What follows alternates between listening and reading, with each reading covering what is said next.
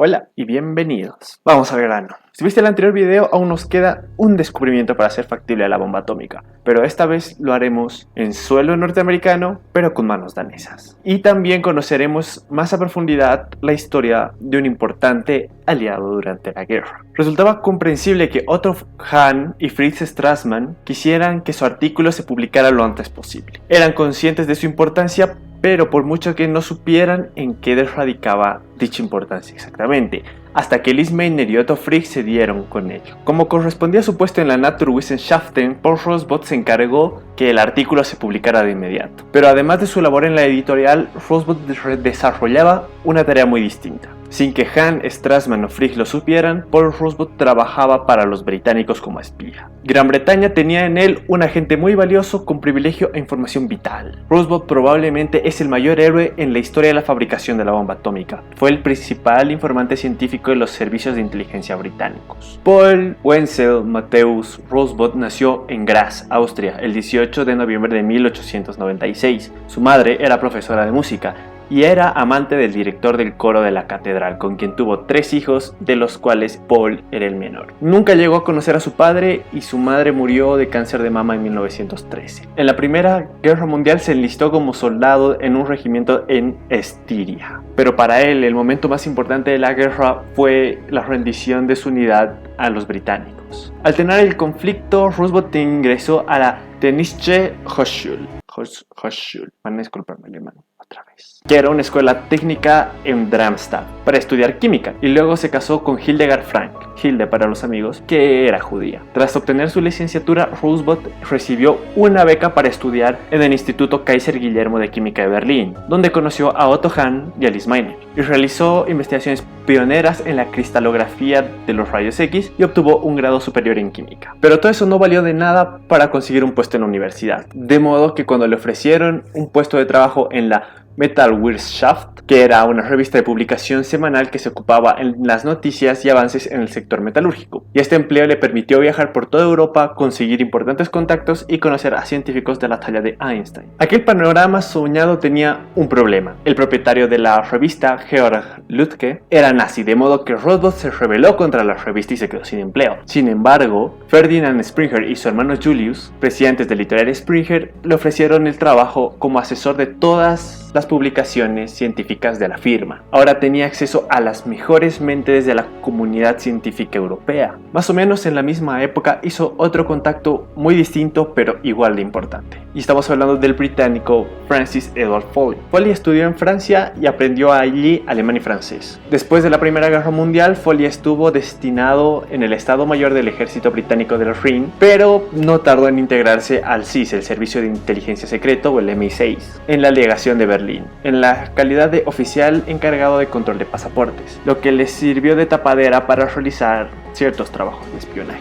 Tras el ascenso de Hitler al poder, Foley empezó a usar su posición para conceder pasaportes británicos a muchos judíos y ayudarlos a salir de Alemania. Y se estima que ayudó aproximadamente a 10.000 judíos, y más tarde en su lápida sería llamado el justo entre las naciones. Pero con el Anschluss de 1938, la vida de Rosbaud y su familia, entre las que estaban Lise Meitner, estaba a punto de cambiar. Hasta entonces Hilde, su esposa, que era judía, y Angela, que era de raza mixta, su hija, estaban protegidas por la nacionalidad austriaca, pero tras convertirse en ciudadanas de Alemania, debido a la anexión con Austria, se les podía aplicar las leyes raciales. Paul fue a ver a Foley y en poco tiempo Hilde y Angela no tardaron en recibir pasaporte británico, por suerte. Pero hasta ese momento investigar a la comunidad científica no era importante para los británicos, era más importante espiar sectores económicos, políticos y militares, por ejemplo. Pero eso cambió cuando Otto Hahn y Fritz Strassmann publicaron el artículo en el Naturwissenschaften,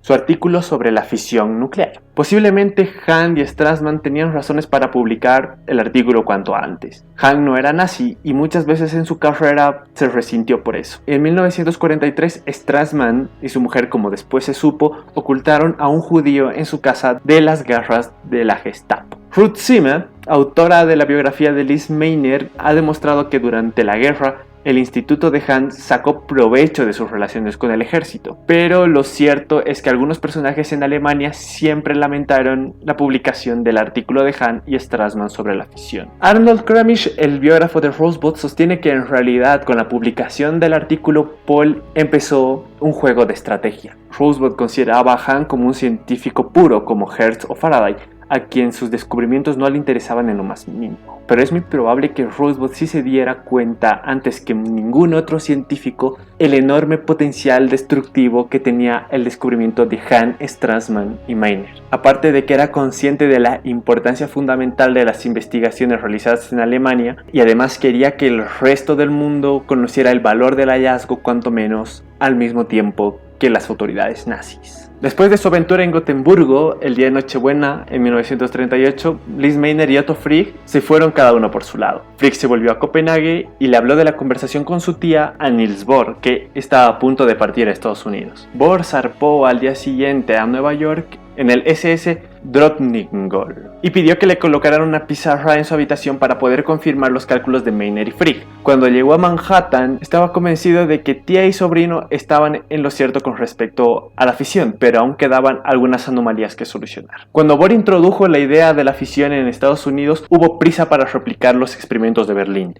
Y prisas es la palabra adecuada, porque según la mayoría de las fuentes, en la conferencia en la que Bohr habló por primera vez ante la fisión ante un grupo de científicos estadounidenses, ellos se levantaron de sus asientos y salieron apresuradamente a la sala. Querían repetir el experimento de Hahn y Strassmann, y en cuestión de muy pocos días, el núcleo atómico fue fisionado varias veces en muchas de las ciudades norteamericanas. Y las circunstancias empezaban a cambiar de a poco. Pero antes de que la bomba atómica se hiciera una posibilidad práctica, hizo falta un descubrimiento, y Niels Bohr desempeñó el papel estelar. Y este descubrimiento se produjo a principios de 1939 en el Instituto de Estudios Avanzados de Princeton. Bohr se encontraba en el Club Nassau, hablando de física con Leon Rosenfeld, físico belga, y con Georg Plaschek, un bohemio de Bohemia, quien le preguntó por qué normalmente el núcleo de uranio se fisionaba con neutrones lentos y no con neutrones rápidos. En ese momento, según cuenta su biógrafo, Niels Bohr se interrumpió en medio de una frase y se levantó de la silla, salió del club y se dirigió al Fine Hall, otra ala de la universidad donde se encontraba su despacho. Y detrás de él estaban Rosenfeld y mucho más atrás Plaschek.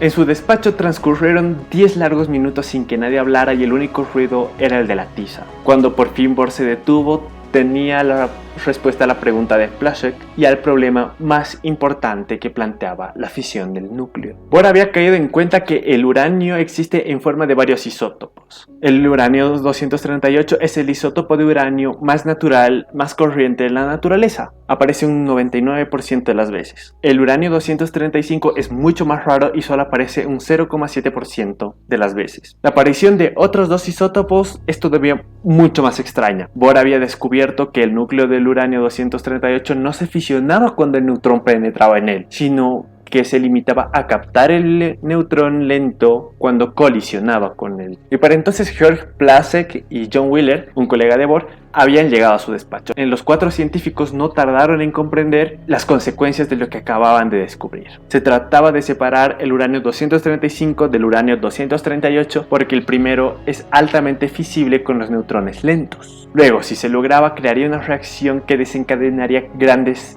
cantidades de energía o una gran explosión. Bohr había encontrado el elemento que sería el corazón de la bomba. Era un gran avance, sí, pero aún quedaban un par de anomalías por resolver, dos muy importantes. Una de estas anomalías condujo a un descubrimiento sorprendente. Surgió el interés por los elementos transuránicos que Fermi había sido el primero en identificar, porque si el uranio 238 no se fisionaba al ser bombardeado por un neutrón, lo que hacía era que el neutrón se une al núcleo y su peso atómico llegaría a ser 239, una nueva sustancia inestable, y en pos de su vuelta a la estabilidad, esta sustancia emitiría un electrón. Y si por haber perdido un electrón, uno de los neutrones se convertiría en protón, algo realmente factible, y el núcleo pasaría a tener 96 protones. Con la incorporación de un electrón más al átomo, contar con un protón extra equivalía a la creación de un nuevo elemento en la tabla periódica, un elemento que no existía en la naturaleza. La idea daba miedo,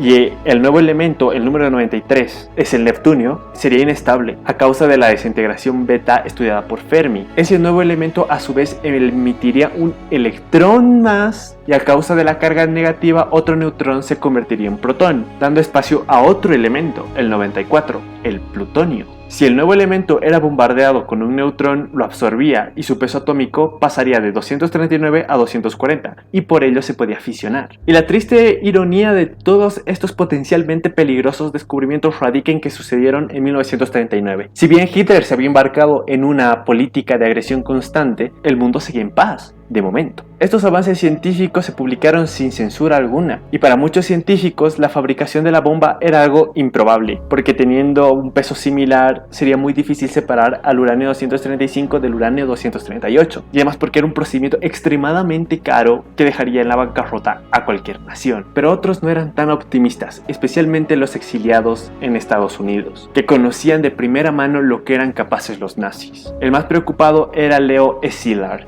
el hombre que por si acaso tenía 2 maletas listas. Había pasado un tiempo en Gran Bretaña después de abandonar Viena, y antes de ir a Estados Unidos le escribió a Friedrich Lindemann para sugerirle que pusiera límites a sus experimentos sobre la fisión, a fin de que solo pocos países como Reino Unido, Estados Unidos, junto con otros países escogidos, supieran acerca de las investigaciones, pero no le hicieron caso. Szilard llevaba casi un año en Norteamérica cuando se anunció el descubrimiento de la fisión. Si le hubiesen hecho caso, todas las investigaciones hechas después de los descubrimientos de Berlín y Gotemburgo se habrían mantenido en la confidencialidad. El físico húngaro se convirtió en el mayor defensor y el más insistente de mantener el proyecto en secreto. Y bueno, hasta aquí llegamos hoy. Si te ha gustado el video no te olvides darle like, suscribirte, compartirlo y nada, no olvides tomar agua. Muchas gracias por verme y nos vemos en el siguiente video. Adiós.